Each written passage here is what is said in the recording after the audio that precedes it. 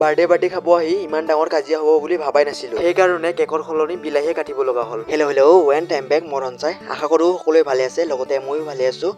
আজি মানে লগৰজনে পাৰ্টি খাবলৈ মাতিছে। পাৰ্টি খাব মাতাৰ ৰিজনটো হ'ল লগৰজনৰ আজি বাৰ্থডে। সেইবাবে গোটেই লগসমূহে এতিয়া লগ লাগি বাৰ্থডে পাৰ্টি খাবলৈ গৈ আছোঁ আৰু এতিয়া বলক এতিয়া তেওঁলোকৰ ঘৰলৈ যাওঁ আৰু মানুহজনক দেখুৱাই নাই নহয় কাৰ বাৰ্থডে, এইজনে মানে আমাৰ বাৰ্থডে বয়জন। আৰু এতিয়া বলক ভিতৰলৈ সোমাই যাওঁ, কেনেধৰণে ডেক'ৰেশ্যন কৰিছে, কেনেধৰণে চেলিব্ৰেশ্যন কৰিছে চাওঁ। বাকী ইয়াক এক চেক ৰেডি আৰু কাটিবৰ কাৰণে। চাওক না গাইছ, একজনৰ বাৰ্থডে আৰু গোটেই ৰুমটো খালী কৰি আহি গৈছোঁ বে। এটা কথা বহুত ভাল লাগে ভাবিলে, আমাৰ ফ্ৰেণ্ডশ্বিপ, আমাৰ বন্ধুত্ববোৰ বহুত ভাল লাগে ভাবিলে। কাৰণ আমাৰ বন্ধুত্বৰ কাৰোবাৰ এজনৰ বাৰ্থডে আছে, এজনৰ কিবা এটা বেমাৰ হৈছে, এজনৰ কিবা অসুস্থ হৈছে বুলি ক'লে গোটেই ৰুমটো খালী কৰি গুচি যায়। কাৰণ বাৰ্থডে হওক বা অসুস্থই হওক, আমাৰ ফ্ৰেণ্ডশ্বিপ, আমাৰ বন্ধুত্ববোৰ বহুত ভাল। যাতে এটা কেপচাৰ কৰি থৈ দিছোঁ, পিছলৈ চাব পাৰোঁ যে আমাৰ বন্ধুত্ববোৰ এনেকুৱা আছিল, আমাৰ বন্ধু বান্ধৱীবোৰ এনেকুৱা আছিল।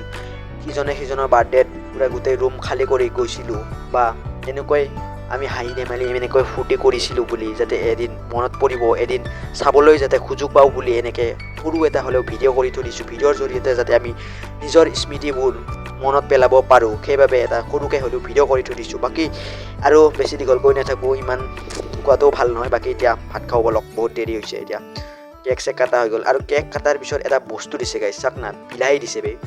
বিলাহীটো কিয় দিছে গম পাইছে নাই? ইয়াক মানে ক্লাছত বিলাহী বুলি জোকায়, সেইবাবে বিলাহী বিলটো আনি দি দিলে আৰু গিফ্ট বুলি।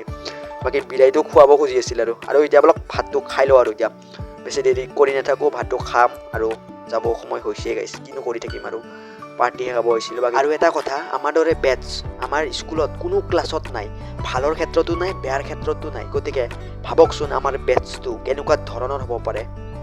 গতিকে আমাৰ দৰে বেটছ পোৱাটো বহুত কঠিন আৰু আমাৰ স্কুলখনত। আজিলৈ এইখিনিলৈ আছিল। জয় অসম, জয় জুবিন দা। সকলোকে বিদায় দি আমি ঘৰলৈ বুলি ৰাওনা হ'লোঁ।